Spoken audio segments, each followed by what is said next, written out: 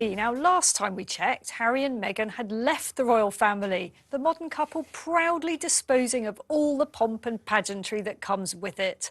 But news of Brexit has clearly failed to reach Dusseldorf, where the German government rolled out the red carpet for the couple, treating the pair to personal police protection and sweeping Porsche motorcades, arguably a cruel reminder of the life they left behind. And as Liz Truss was boarding an RAF flight to Balmoral, another government plane was sitting on the damp tarmac, a taxpayer-funded $50 million Luftwaffe jet.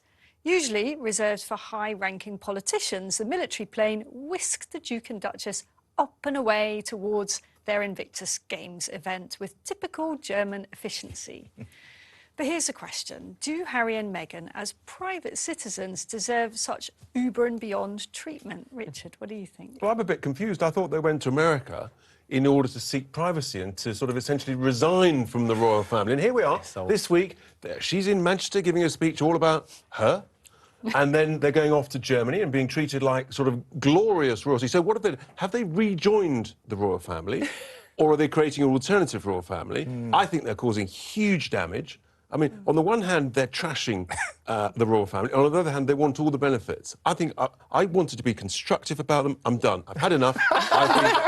I think the titles should be taken away. They are causing massive damage to the great British institution of the monarchy. I don't think you can take away a title that someone was born with. That's his actual name. You can't rename him something else, can you? No, the title is given to him by the Queen. Sussex, he remains Prince Harry, doesn't he? No, but you can take away the Duke and Duchess of Sussex, yes, and that's what I'm saying. He's still a prince, and she's still a princess. You can't do anything about that. Yeah. All I know is she's not a princess. This week I have been roundly castigated for A, being terribly hard on Meghan, and B, not being nearly hard enough on Meghan. Who's castigated you? I've had an avalanche of people saying either, God, you allowed these pro-Meghan people, you didn't interrupt them, you didn't stop them, Vanessa, yeah. And then I was like, Vanessa, you're so against Meghan, it's absolutely disgraceful. So I don't know what, I mean, I really feel that there's such an enormous kind of eruption of heat around them, and I kind of wonder why, actually. Because I'm just feeling the heat coming from here. No. What have they got to do with us anyway? Why is everyone so very cross about it? So it's been fabricated by the press. If we don't have a royal to hate, then we don't have papers to sell to the same extent.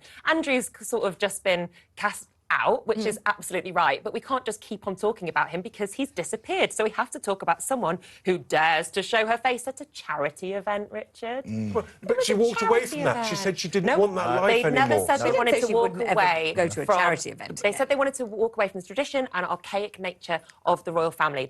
They always insisted that they would stick to a life of service and servitude, and that's what they're continuing to do. That's all very well. Being treated like royalty. Well, the Germans provided them with, but here's the thing. Security. The German armed forces agreed to fly them out there when they signed the deal for Invictus Games. And when the games come around next year, they were flown out again by the German armed forces. That was agreed. But also, Karl Lagerfeld, Harrison Ford, they're not the first celebrities to be given this treatment. Lots of people get it in Germany. And also, it's a cost to the German taxpayer. It shouldn't bother... I'm not worried about the cost. It shouldn't anger anyone in the UK that Harry and Meghan have been treated like celebrities in a different country. Like they deserve.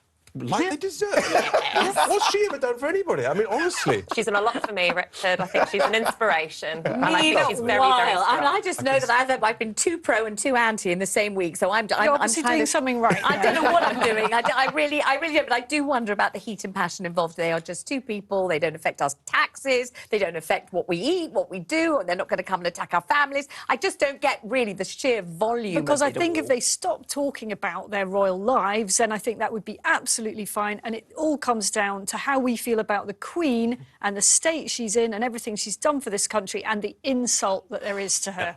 All right, let's bring up another subject because we've got a bit more information today.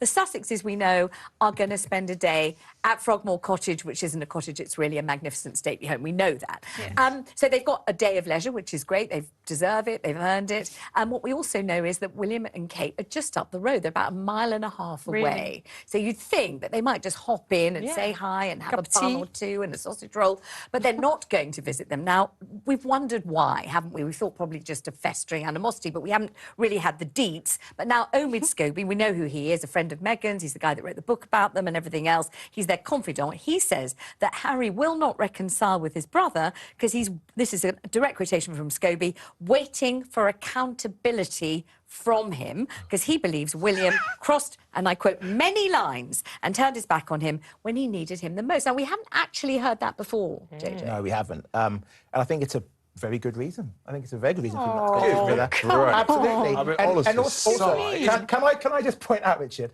that there are two brothers here. William could say, I'm going to put everything aside. I'm going to make the effort to go and see my brother while he's over here. So, but we find common ground. Yes. But William has a lot to ask Harry to apologise for giving that Oprah Winfrey interview, for basically selling a book on the basis that he's going to dish the dirt on the whole royal family. And flouncing for out and leaving it. out. And they're literally making tens of millions out of their status as ex-royals, but royals or alternative royals, I'm not quite sure which. And I just think they're behaving in a really bad, inappropriate way. The money side of it doesn't bother me that much. I don't really resent them for making money, but I just think it's just so California, isn't it? You know, waiting for accountability. Yeah, but that is what does waiting for accountability mean exactly? It's so therapy talk, isn't it? Because he clearly needs to admit to a certain level of wrongdoing that is perceived by Harry, and that hasn't happened yet. Right. Look, there were two brothers who have had a very, very difficult childhood, albeit they're princes. I'm not saying financially it was difficult, but they had each other and they had to stick together. And I can completely understand that William, as an older brother, takes on a more fatherly role like that. And so I think it is his responsibility to try and make amends. I think they should hang out with the Miliband brothers. I know, exactly. I'm not sure I heard they've never spoken since. I hear they don't talk went at well. all. It wasn't worth it, Gosh, was it? no, maybe they should take a lesson not to do that then.